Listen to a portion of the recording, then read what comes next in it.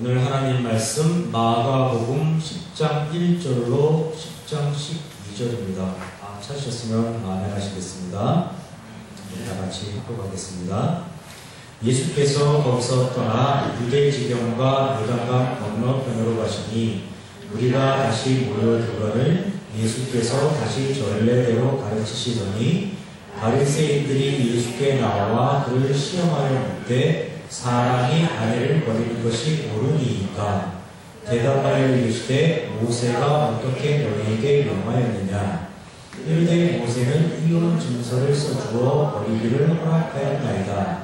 예수께서 그들에게 이르시되 너희 마음이 완악함으로 말미암아 이 명령을 기록하였거니와 창조 때로부터 사람을 남자와 여자로 지으셨으니 이러므로 사람이 그 부모를 떠나서 그 둘이 한 몸이 될지니라.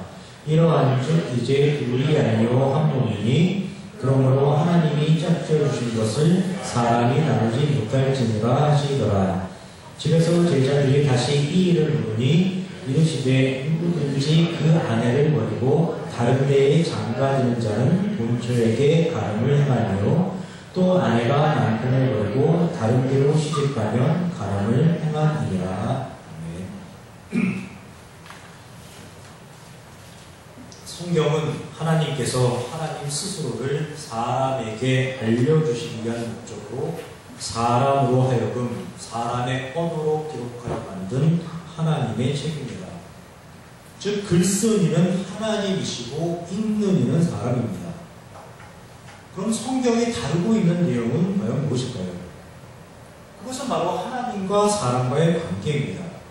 즉 하나님과 사람과의 관계가 어떻게 형성됐고 하나님과 사람과의 관계가 어떻게 변화되었고 그 변화된 관계의 회복을 위해서 하나님께서 어떻게 일해 오셨는가를 소개하는 내용입니다. 네, 그렇습니다. 분명히 하나님과 사람과의 관계 회복을 위해서 하나님께서 일하신 내용을 기록하고 있는 책이 성경입니다. 그런데 왜 하나님께서는 사람과의 관계 회복을 위해서 그렇게 수고하고 애를 쓰셨을까요? 왜 하나님께서는 사람과의 관계 회복을 위해서 하나님 스스로 죽기까지 하셨을까요?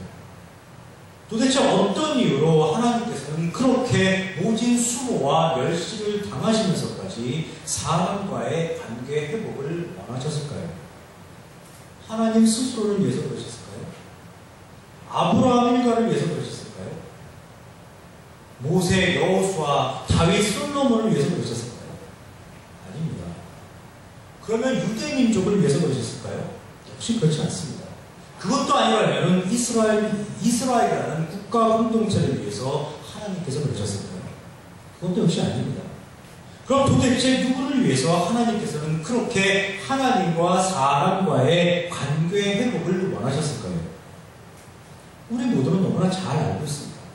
하나님 스스로를 위한 것도 아니고 어느 특정 개인이나 특정 민족, 특정 국가를 위한 것도 아니라는 사실을 너무나 잘 알고 있습니다.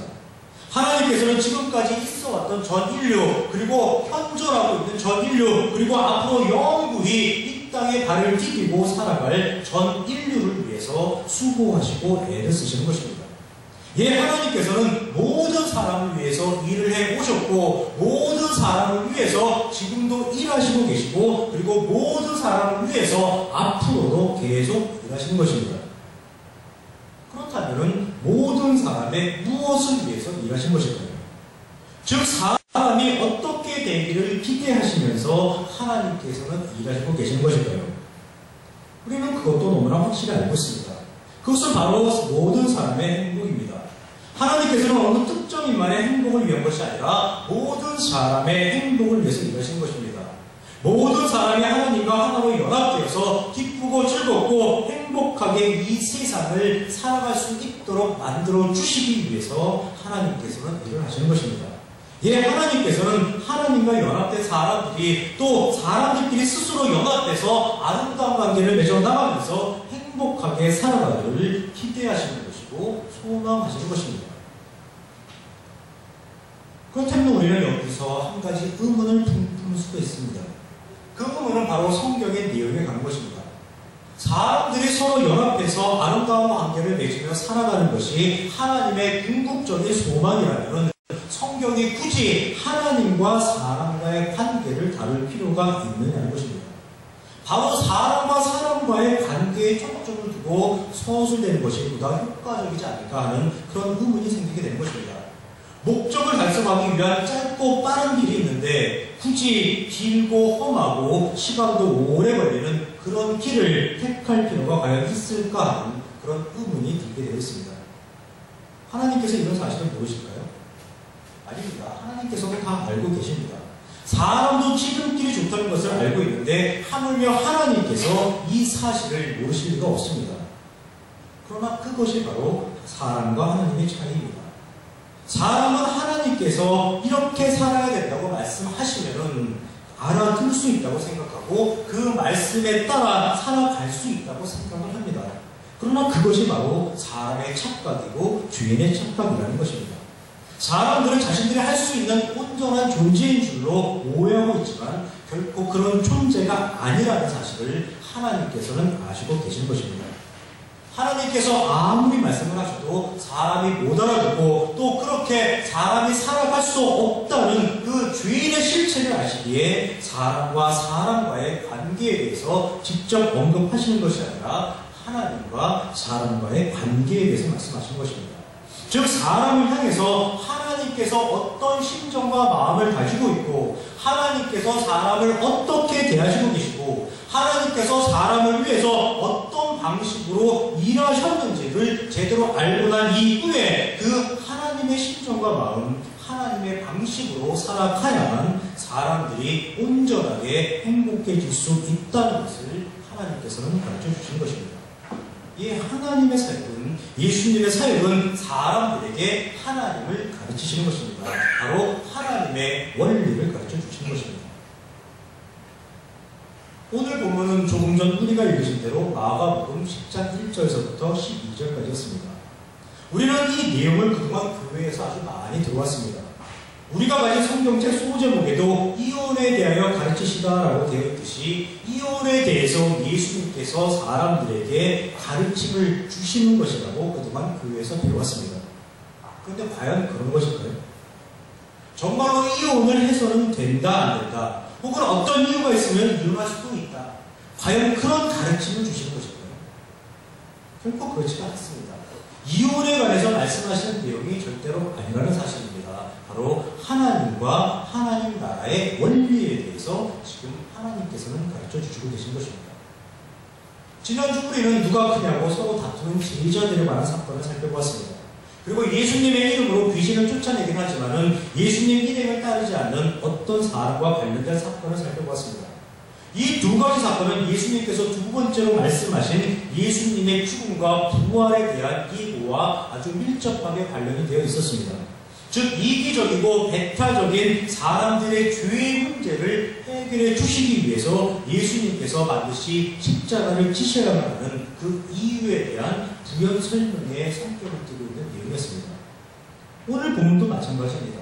즉 단순히 이혼에 대해서 말씀하시는 것이 아니라 예수님께서 궁극적으로 행하실 십자가 사역과 그리고 그 십자가 사역의 결과와 결코 무관하지 않을 것이라는 전제를 가지고 이 내용을 해석해야 한다는 것입니다. 그렇지 않으면 완전히 엉뚱한 길로 빠지게 되고 완전히 엉뚱한 결론을 맺게 되는 경우가 발생합니다. 그럼 예수님께서 궁극적으로 사람에게 말씀하시고자 하는 내용이 과연 무엇인지, 그리고 하나님의 생각과 사람의 생각이 얼마나 다른지를 오늘 본문을 통해서 차근차근 살펴보도록 하겠습니다.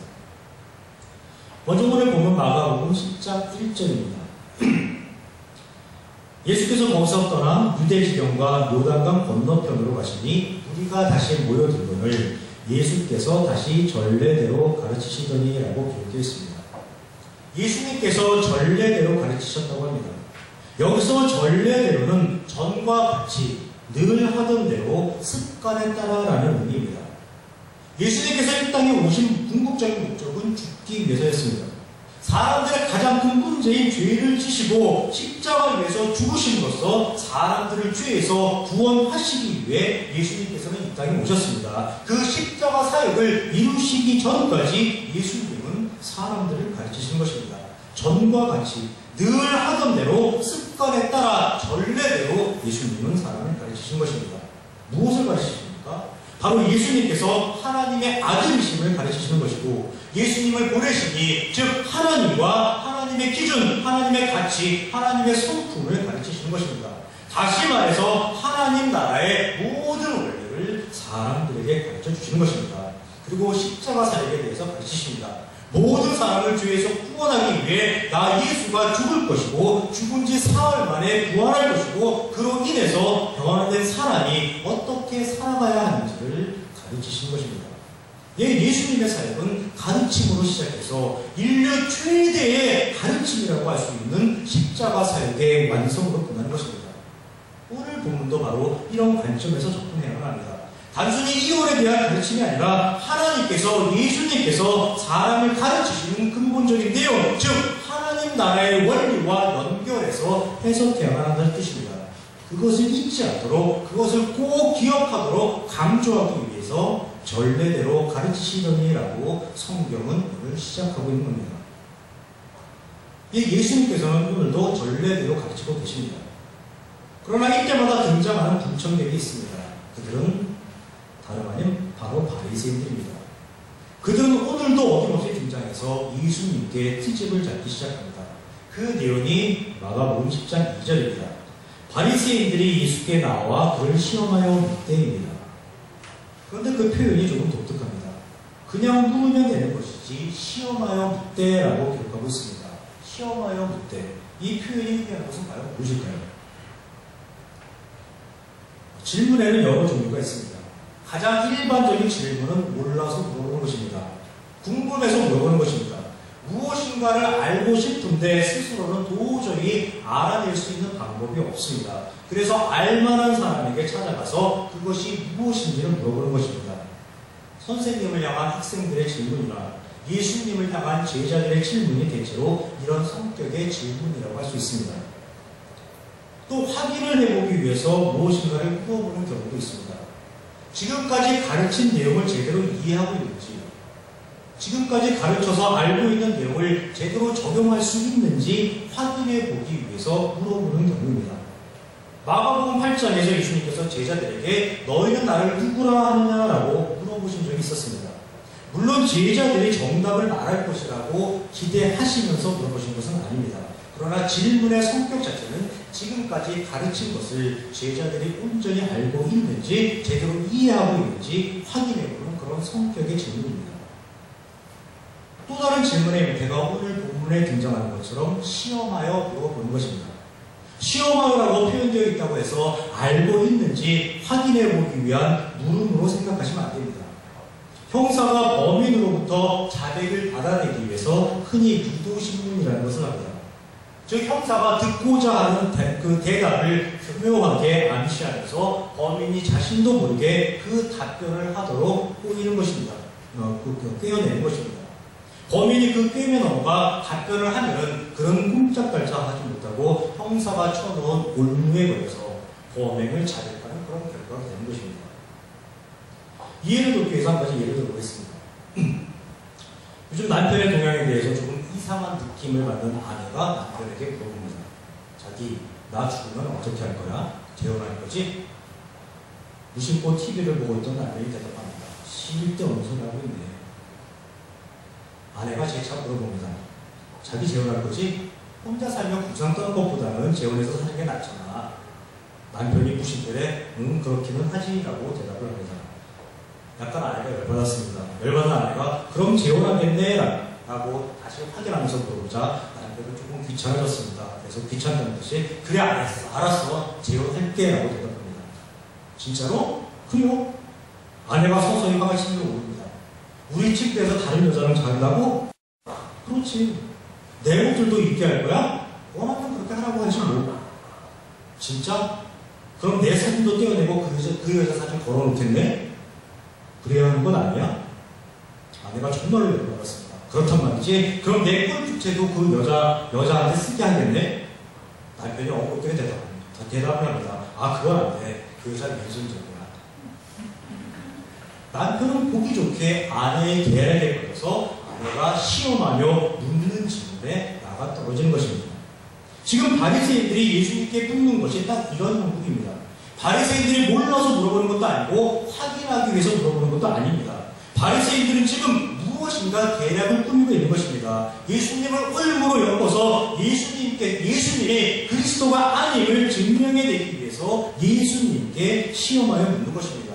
즉 예수님을 떠보기 위해서 던지는 질문, 그 질문이 아내를 버리는 것이 옳으니까입니다. 자, 예수님은 무엇이라고 대답하셔야 할까요?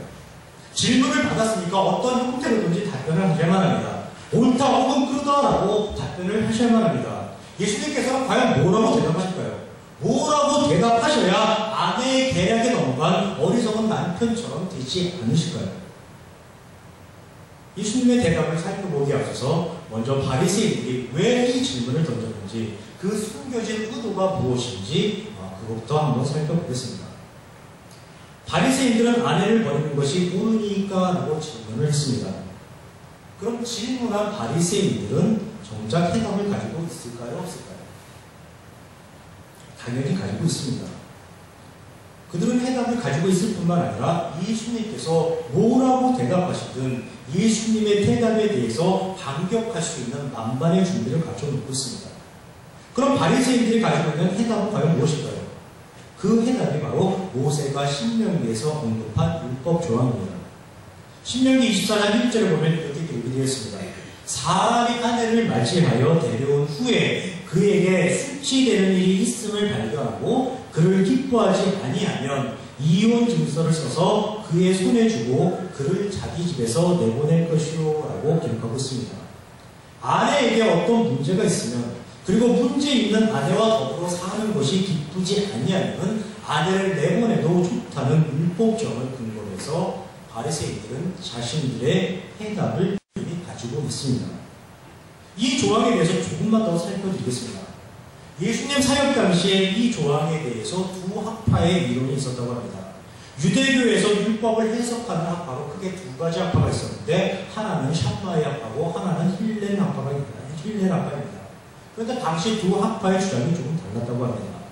샴마의 학파는 이 문제에 대해서 아내가 단지 도덕적으로 흠이 있는 경우, 도덕적으로 부정한 경우에만 아내를 버리는 것을 허락했고, 힐렐 학파는 전적으로 남편의 권한에 모든 것을 위임했다고 그렇게 문제가 나타나고 있습니다.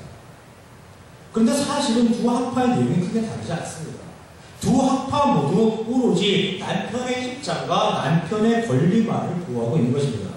힐렐 학파는 전적으로 남편의 권한에 그 문제를 맡겼으니까 당연히 남편만을 보호하는 결과가 됩니다. 그런데 사실은 샴마의 학파도 결코 다르지 않습니다. 겉으로는 아내가 단지 도덕적으로 흠이 있고 부정한 경우라고 단서를 달고 있지만은 아내를 버리고자 마음만 먹으면은 남성 중심의 사회에서 얼마든지 조건과 상황을 조작해서 만들어낼 수 있습니다. 즉, 두 학파 모두 아내의 입장이나 아내의 상황, 아내의 권리를 보호해주는 데는 아무 관심이 없는 것입니다. 이런 시대적 배경 속에서 바리새인들이 예수님께 아내를 버리는 것이 옳으니까 라고 물어보았습니다. 예수님은 뭐라고 대답하셔야 할까요? 옳다라고 대답하셔야 할까요? 아니면 아니다라고 대답을 하셔야 할까요? 예수님께서 어떻게 대답하시든 예수님은 바리새인들이 쳐놓은 올무에 걸려들게 되었습니다. 왜냐하면 아까도 말씀드렸지만 저는 지금 함정을 파놓고 모든 준비를 완벽하게 마친 상태에서 예수님께서 답변만 하기만을 기다리고 있기 때문입니다. 한번 상황을 먼저 보겠습니다. 예수님께서 아내를 버리는 것은 옳지 않다라고 말씀을 하신 그런 상황을 먼저 살펴보겠습니다. 예수님께서 아내를 버리는 것은 옳지 않다라고 말씀하셨습니다. 그럼 바리새인들은 뭐라고 얘기할까요? 뭐라고요? 옳지 않다고요? 그게 말이 됩니까? 수치되는 일이 있으면 이혼 증서를 써서 버려도 된다고 하나님께서 모세를 통해 율법을 주셨습니다. 지금 하나님의 말씀을 거역하자는 겁니까? 그러면서도 하나님의 아들이라고요? 이 양반 아주 큰일 낼 양반이네. 이렇게 되는 것입니다. 만약 예수님께서 옳지 않다고 대답을 하신다면 예수님은 하늘로부터 오신 메시아가 될 수 없는 것입니다. 왜냐하면 하나님의 말씀과 완전히 다른 그런 말씀을 하시는 결과가 되기 때문입니다. 그럼 예수님께서 아내를 버리는 것은 옳다라고 말씀하셨다고 한번 가정을 해보겠습니다. 저들의 반응은 또 어떻게 나타날까요? 뭐라고요? 옳다고요? 이 양반 아주 웃기는 양반이구만. 그동안 원수도 용서하고 사랑으로 풀어주어야 한다고 말하더니 다 거짓말이었네? 어떻게 살을 섞으면서도 오랫동안 함께 살아온 아내를 버릴 수가 있어? 그것도 용납하지 못하면서 원수를 용서하고 원수를 사랑하고 원수를 품어줘야 한다고? 이 양반 완전히 앞뒤가 다른 양반이구만. 그러면서도 당신이 하나님의 아들이라고? 이런 결과가 되는 것입니다. 만약 예수님께서 옳다라고 대답을 한다면 예수님의 그동안 모든 가르침은 다 헛것이 되어버리는 것입니다. 사랑과 용서와 화해와 이해와 죄인들의 친구가 되어주리라는 가르침이 단지 말에 불과한 위선이 되어버리는 것입니다. 예수님은 어떻게 대답하시는지 아주 난처한 지경에 처하게 되었습니다. 지금 바리새인들은 속으로 쾌재를 부르고 있을지도 모릅니다. 드디어 예수님을 하나님의 아들이 아니라 단순히 선동가에 불과하다는 것을 만천하에 드러낼 수 있는 그런 기회가 찾아왔다. 자신들만이 하나님의 정통성을 가지고 있는 것을 만천하에 확인시켜줄 수 있는 그런 기회가 왔다. 즉 자신들이 옳고 자신들이 행하고 있는 일들은 정당하다고, 그리고 자신들의 권위를 모든 사람들로부터 확증받을 수 있는, 입증받을 수 있는 절호의 기회가 찾아왔다고 아주 좋아하고 있을지도 모릅니다. 예수님께서는 이 난국을 어떻게 헤쳐나가실까요? 이순신 장군에게는 아직 12척의 배라도 남아있었습니다. 하지만 예수님께는 남아있는 것이 아무것도 없습니다. 옳다라고 대답을 해도 걸리고 아니다라고 대답을 해도 걸리게 되어 있습니다. 예수님은 어떻게 하셔야 할까요? 우선 여쭤보겠습니다. 예수님께서 바리새인들의 이런 불순한 의도를 아실까요? 모르실까요? 예수님께서는 당연히 알고 계십니다. 지피지기면 백전백승이라고 했습니다. 적을 알고 나를 알면 모든 전쟁에서 승리한다고 했습니다. 예수님께서는 바리새인들의 의도를 다 아시고 계시기에 결코 저들의 계략에 넘어가지 않습니다. 오히려 예수님에 대해서 아무것도 모르는 바리새인들을 저들이 파놓은 함정에 저들 스스로 빠지도록 예수님께서는 상황을 전개시켜 나갑니다. 그 내용이 마가복음 10장 3절로 5절입니다. 이렇게 되어 있습니다. 대답하여 이르시되 모세가 어떻게 너희에게 명하였느냐? 이르되 모세는 이혼 증서를 써주어 버리기를 허락하였나이다. 예수께서 그들에게 이르시되 너희 마음이 완악함으로 말미암아 이 명령을 기록하였거니와 라고 그렇게 성경은 기록하고 있습니다. 질문은 처음부터 질문은 바리새인들이 시작했는데 졸지에 상황이 역전되었습니다. 지금 보면은 예수님께서 묻고 있고 바리새인들이 답하고 있습니다. 바리새인들이 이런 역전된 상황을 인식하고 있는지는 모르겠습니다. 참으로 미련한 바리새인들입니다. 모세가 어떻게 너에게 명하였느냐라고 예수님께서 바리새인들에게 묻자, 바리새인들은 모세는 이혼 증서를 써주어 버리기를 허락하였나이다라고 대답을 합니다. 이 내용은 조금 전 살펴본 것 같이 아내에게 어떤 문제가 있으면, 그리고 문제 있는 아내와 더불어 사는 것이 기쁘지 않으면 아내를 내보내도 좋다는 그런 율법 조항이었습니다. 이 대답에 대해서 예수님께서 하시는 말씀이 너희 마음이 완악함으로 말미암아 이 명령을 기록하였거니와라고 예수님께서 답변하고 계십니다. 사람들의 마음이 완악해서, 즉 사람들의 마음이 억세게 고집스럽고 모질어져서 모세가 그렇게 기록했다고 말씀하신 것입니다. 이 말씀은 과연 어떤 의미입니까? 이 말씀을 제대로 이해하기 위해서는 율법을 주신 하나님의 심정과 마음에 대해서 먼저 생각을 해봐야만 합니다. 하나님께서는 출애굽 이후에 사람들에게 율법을 주셨습니다. 왜 주셨을까요? 그 이유는 사람들이 출애굽을 역사하신 하나님을 의지하고 신뢰하며 하나님의 심정과 마음을 가지고 서로 연합해서 사람답게 행복하게 살아갈 수 있도록 하기 위해서입니다. 즉 모든 사람들의 행복을 위해서 하나님께서 사람들에게 율법을 주신 것입니다. 그렇지만 사람들은 율법을 왜곡하기 시작합니다.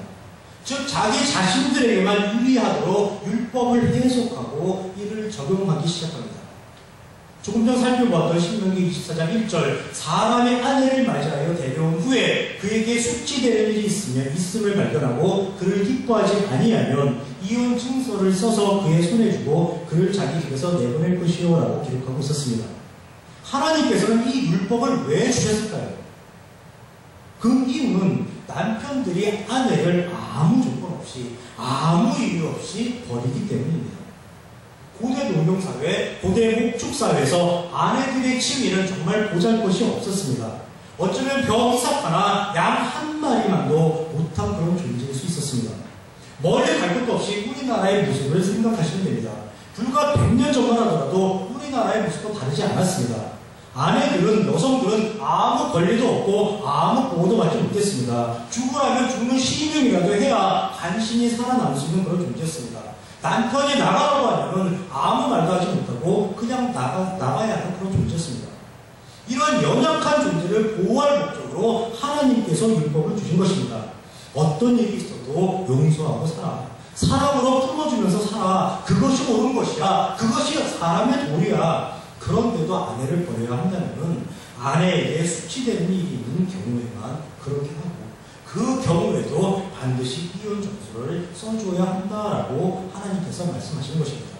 즉 이 율법은 아내를 버리는 조건이나 상황으로 사람에게 주어진 것이 아니라 사회적 약자인 아내를 용서하고 사랑으로 품어주면서 살라는 것이 근본 정신입니다. 이것을 한 번 더 확인해 볼 수 있는 내용이 신명기 24장 5절의 말씀입니다. 사람이 새로이 아내를 맞이하였으면 그를 군대로 내보내지 말 것이요 아무 직무도 그에게 맡기지 말 것이며 그는 1년 동안 한가하게 집에 있으면서 그가 맞이한 아내를 즐겁게 할지니라 라고 기록하고 있습니다. 아내를 맞이했으면 적어도 1년 동안은 남편에게 아무 일도 맡기지 말고 오로지 아내만을 위해서 헌신하고 즐겁게 살아갈 수 있도록 배려해주는 그런 하나님의 말씀입니다. 아내를 위한 하나님의 철저한 배려입니다. 이 하나님께서는 모든 사람이 하나님의 심정과 마음을 가지고 서로 연합해서 행복하게 살아갈 수 있도록 하기 위해서 율법을 주셨습니다. 그러나 사람들은 하나님께서 주신 율법의 근본 정신은 다 잊어버리고 오로지 자기들에게만 유익이 되고 이익이 되도록 왜곡해서 율법을 해석합니다.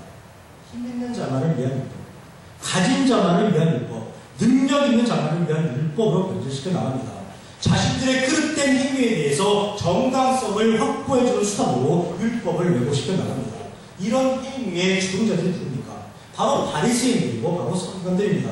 그들을 향한 예수님의 날카로운 지적, 그 지적이 바로 너희 마음이 완악함으로입니다. 하나님께서 모든 사람의 행복을 위해 주신 사람의 율법을 죄적 원리로 해석하고 죄적 원리로 적용하면서 오로지 너희들에게만 유익이 되고 이익이 되도록 죄적 기준에 입각해서 살아가는 너희들이 가장 큰 문제라고 지적해주고 있는 내용, 그 내용이 바로 너희 마음이 완악함으로입니다. 바리새인들이 예수님을 울무로 엮고 놓으려다가 자신들만 오히려 완악한 자가 되어버렸습니다. 졸지의 주인의 대표가 되어버렸습니다. 바리새인들 정말로 고쳐볼 거 없었을 것입니다. 예수님은 바리새인들이 제기한 이혼의 문제를 사람 본질의 문제로 끌고 가는 것입니다. 사람에게 있어서 가장 큰 문제는 바로 죄라는 것을 깨우쳐 주는 것입니다. 죄로 인해서 사람들이 완악해지는 것이고 죄로 인해서 사람들이 온전히 살아갈 수 없다는 것을 알게 하시는 것입니다. 그리고 바로 그 죄의 문제를 해결하기 위해서 나 예수가 왔고 나 예수가 십자가를 질 것이고 십자가에 달려 죽을 것이고 죽은 지 사흘 만에 다시 살아날 것이다. 천하에 선포하시는 것입니다. 그리고 계속해서 이어지는 말씀이 마가복음 10장 6절로 9절입니다. 이렇게 말씀하십니다. 창조 때로부터 사람을 남자와 여자로 지으셨으니 이러므로 사람이 그 부모를 떠나서 그 둘이 한 몸이 될지니라. 이러한즉 이제 둘이 아니요 한 몸이니 그러므로 하나님이 짝지어 주신 것을 사람이 나누지 못할지니라 라고 그렇게 기록을 하고 있습니다.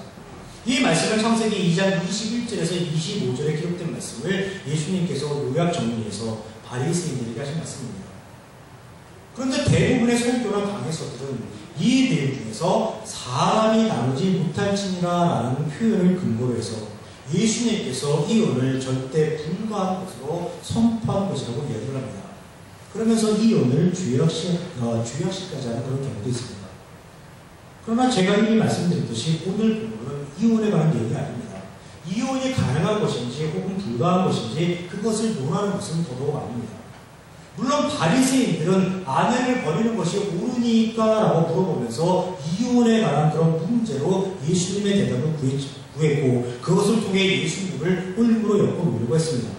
그렇지만 예수님은 이들의 의도를 미리 아시고 오히려 되치기로 역공을 펼치시면서 하나님의 율법을 죄적 원리로 왜곡시킨 그들의 완악함을 지적하셨습니다. 그리고 사람의 모든 문제가 죄로 있는 것임을 깨닫게 하시고 그 죄의 문제를 해결하기 위해서 예수님께서 이 땅에 오신 것임을 선포하셨습니다.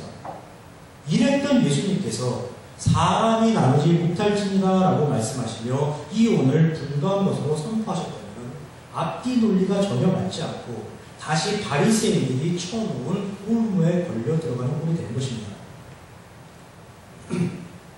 그래도 미심쩍어 하시는 분 혹시 계실지 모르겠습니다.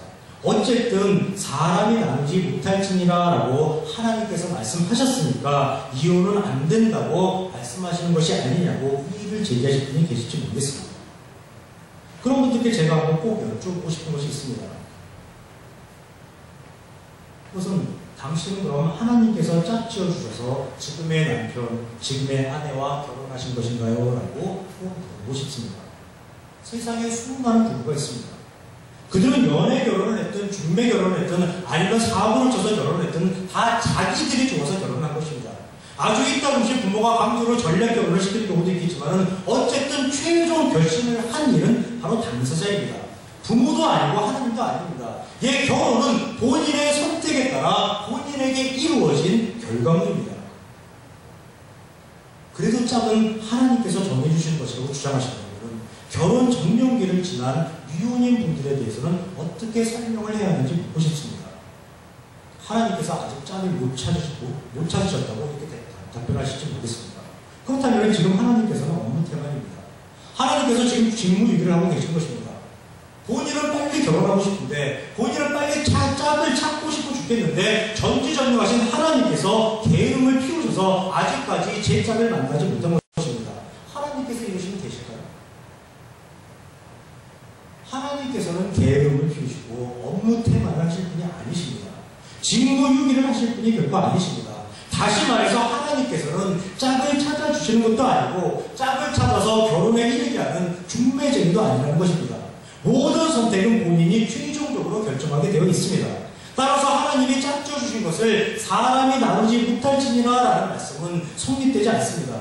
하나님이 짝을 지어주신 것도 아니면서 사람 보고 마음대로 나누지 못한다라고 말씀하시면 하나님은 사람의 자유를 구속하시는 것이고 사람의 선택권을 박탈하시는 것이고 사람의 인격을 훼손하시는 이상한 신으로 둔갑해버리는 결과가 되기 때문입니다. 그럼 하나님이 짝지어주신 것을 사람이 나누지 못할지니라 라는 그 말씀이 가지고 있는 진짜 의미는 무엇일까요? 그것은 창조 원리 그 자체입니다. 하나님께서 사람을 남녀로 지으실 때의 창조 원리 그 자체입니다. 남녀가 하나로 연합해서 아름다운 가정을 꾸리고 기쁘고 즐겁고 자유롭고 행복하게 살아가는 하나님의 창조 원리, 그것을 사람이 온전히 지켜줄 것을 기대하시고 소망하시는 하나님의 심정과 마음을 담은 하나님의 창조 원리입니다. 이것을 사람들이 오해해서 이혼은 절대로 불가한 것이라고 예수님께서 선언하셨다고 이야기를 하는 것이고, 이혼한 사람을 마치 하나님의 계명을 어긴 것처럼 죄악시하는 것입니다. 심지어 목회자 세계에서는 이혼한 경력이 있으면 신학교 입학도 허락하지 않고 목사 한 수의 기회조차 박탈해 버리기도 합니다. 그 근거가 되는 내용이 우리가 지금 보고 있는 마가복음 10장 1절부터 10장 12절 내용입니다. 오해에 그친 것이고 믿음에 그친 것입니다. 예, 하나님이 짝져주신 것을 사람이 나누지 못할지니라 라는 말씀은 하나님의 창조 원리를 선포한 것이지, 이혼은 절대로 해서는 안 된다, 이혼은 절대로 불가능한 것이다 라고 선포하신 것이 아닙니다. 그럼 왜 예수님께서는 창세기 말씀을 인용해서 창조 때로부터 사람을 남자와 여자로 지으셨으니 이러므로 사람이 그 부모를 떠나서 그 둘이 한 몸이 될지니라, 이러한즉 이제 둘이 아니요 한 몸이니 그러므로 하나님이 짝져 주신 것을 사람이 나누지 못할지니라 이렇게 길게 말씀하셨을까요? 이 말씀에서 핵심 구절을 잘 찾으셔야 합니다. 이 말씀에서 과연 핵심 구절은 무엇일까요? 그동안 우리는 이 말씀에서 핵심 구절이 하나님이 짝지어주신 것을 사람이 나누지 못할지니라 라고 생각을 했습니다. 그리고 그 표현에 사로잡혀서 아주 엉뚱한 결론을 맺어왔습니다. 그러나 이 말씀에서 핵심 구절은 창조 때로부터 사람을 남자와 여자로 지으셨으니입니다. 예수님께서 바리새인들을 향하여 정작 하시고자 하는 말씀은 창조 때로부터 사람을 남자와 여자로 지으셨으니입니다. 남자도 하나님의 피조물이고 여자도 하나님의 피조물이라는 것입니다. 즉 하나님께서 직접 하나님의 손으로 남녀를 지으셨고 거기에 하나님께서는 절대로 남녀를 구별하지 않으며 남녀를 똑같이 대우하신다는 것을 깨우쳐 주는 것입니다. 하나님 앞에서는 모든 사람이 똑같다는 것을 가르쳐 주는 것입니다.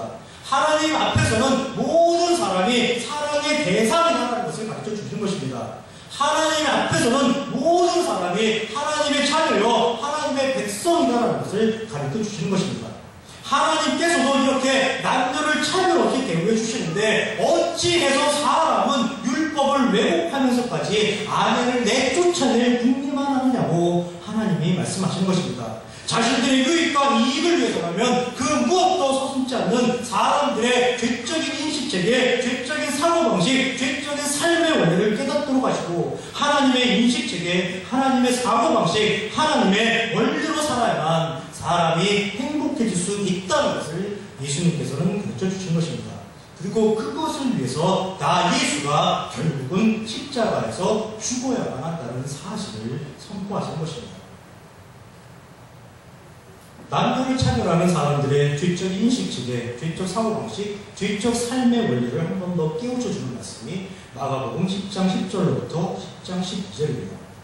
집에서 제자들이 다시 이 일을 물으니 이르시되 누구든지 그 아내를 버리고 다른 데에 장가드는 자는 본처에게 간음을 행하며 또 아내가 남편을 버리고 다른 데로 시집가면 간음을 행합니다. 이 본문 내용이 이혼에 관한 예수님의 가르침이라고 생각하는 사람은 이 말씀이 예수님께서 허용하신 이혼의 유일한 조건이라고 설명을 하기도 합니다. 즉 가늠한 경우를 제외하고는 어떠한 일이 있어도 이혼해서는 안 된다고 예수님께서 제자들에게 설명한 것이라고 이야기합니다. 그러나 그렇지 않습니다. 잘못된 설명입니다.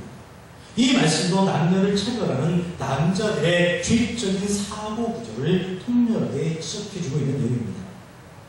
예수님 사역 당시에 남자와 여자가 간음했을 경우에 여자는 남편에게 대해서 간음죄가 성립이 됩니다.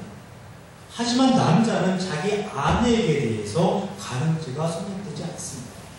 남녀가 둘이 같이 간음을 벌이는데 남자는 무죄가 되는 것이고 여자는 유죄가 되는 것입니다.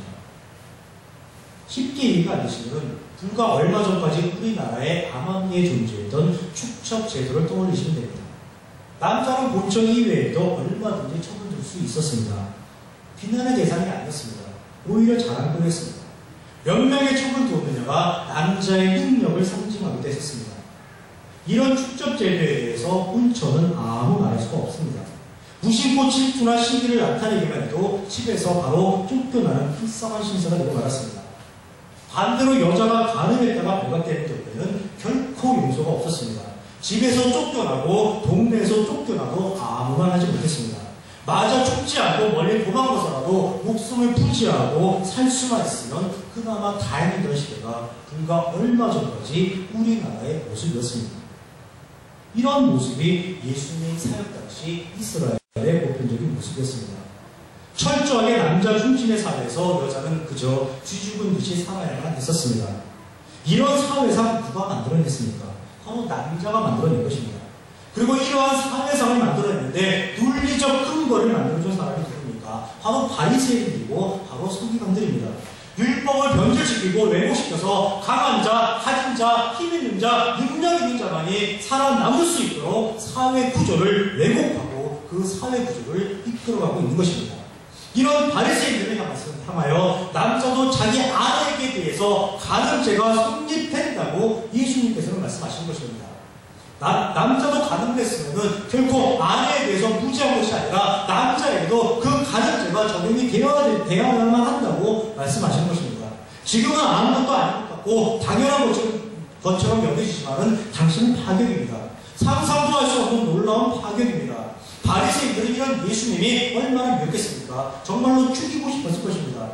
자신들의 존재를 부정하고 자신들이 구축해 놓은 그 사회 구조를 부정하고 자신들의 유익과 이익 추구에는 아무런 도움도 되지 않는 예수님을 그대로 방치해서는 안 된다고 생각을 했을 것입니다.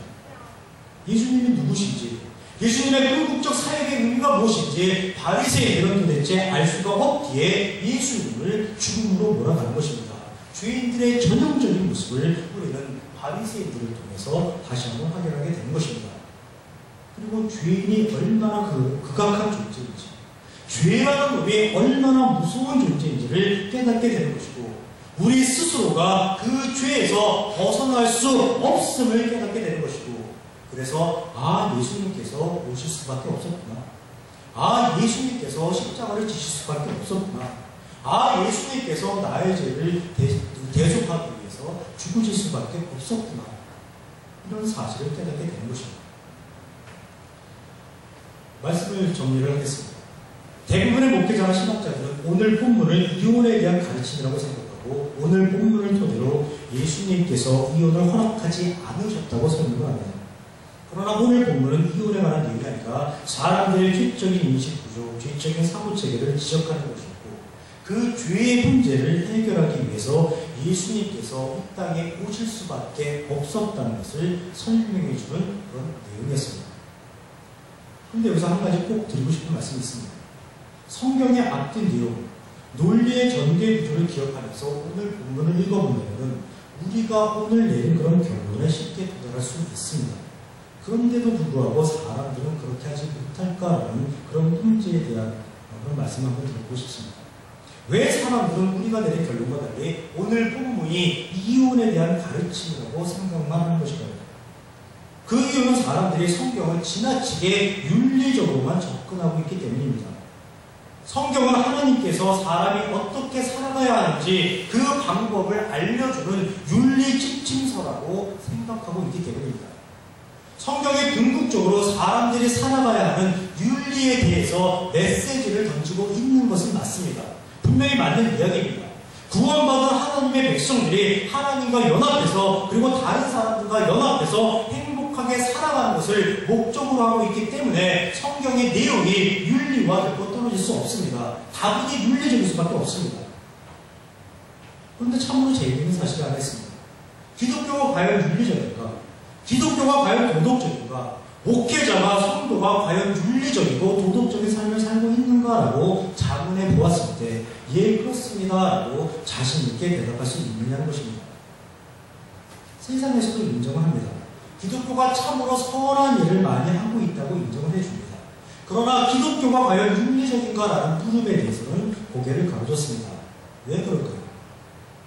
그 이유는 우리가 원리에 대해서 너무나 부지하기 때문입니다.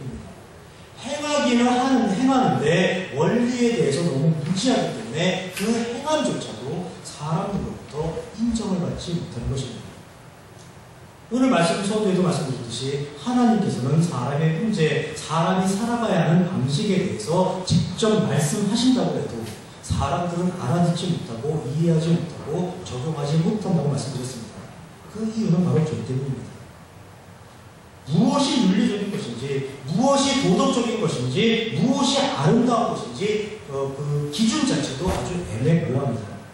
보편적인 윤리, 보편적인 도덕, 보편적 원리 같은 것이 있다고 사람들은 생각을 하지만 자신에게 유익과 이익이 되지 않으면 사람들은 그것마저도 너무나도 쉽게 외면해버립니다.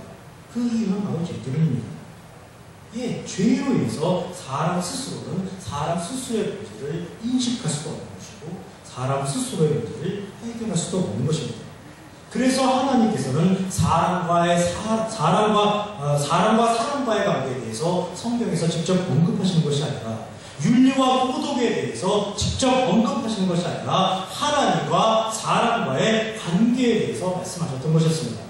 지름길이 있다는 것을 아시고 계시지만은 그것으로는 안 되기에 멀리 돌아서라도 하나님은 가시는 것입니다. 즉 사람을 향해서 하나님께서 어떤 심정과 마음을 가지고 있고 하나님께서 사람을 어떻게 대하시고 계시고 하나님께서 사람을 위해 어떤 방식으로 일하셨는지를 충분히 가르쳐 주시고 그것을 제대로 사람들이 알고 난 이후에 그 하나님의 심정과 마음을 가지고 하나님께서 일하시는 그 방식을 가지고 다른 사람에게 적용하면서 살아가야만 사람들이 온전하게 행복해질 수 있다는 것을 가르쳐 주신 것입니다. 보편적 윤리, 보편적 도덕, 보편적 삶의 원리 모두 다 좋은 이야기입니다. 그러나 그 기준 자체가 명확하게 정립되지 않으면 그리고 그것을 우리의 삶 속에 적용할 수 있는 그런 사람으로 그런 존재로 변화가 되지 않으면 아무 소용이 없는 것입니다. 그래서 성경을 읽어야 한다고 강조하는 것입니다. 그래서 하나님을 알아야 한다고 강조하는 것입니다. 성경을 많이 읽으시고 하나님의 심정과 마음을 깊이 있게 깨달으시기를 축원합니다. 그리고 그것이 지식으로만 그치는 것이 아니라 세상 속에 적용하며 구현함으로써 하나님께서 성도에게 기대하시는 그런 성도의 삶을 살아가시기를 주님으로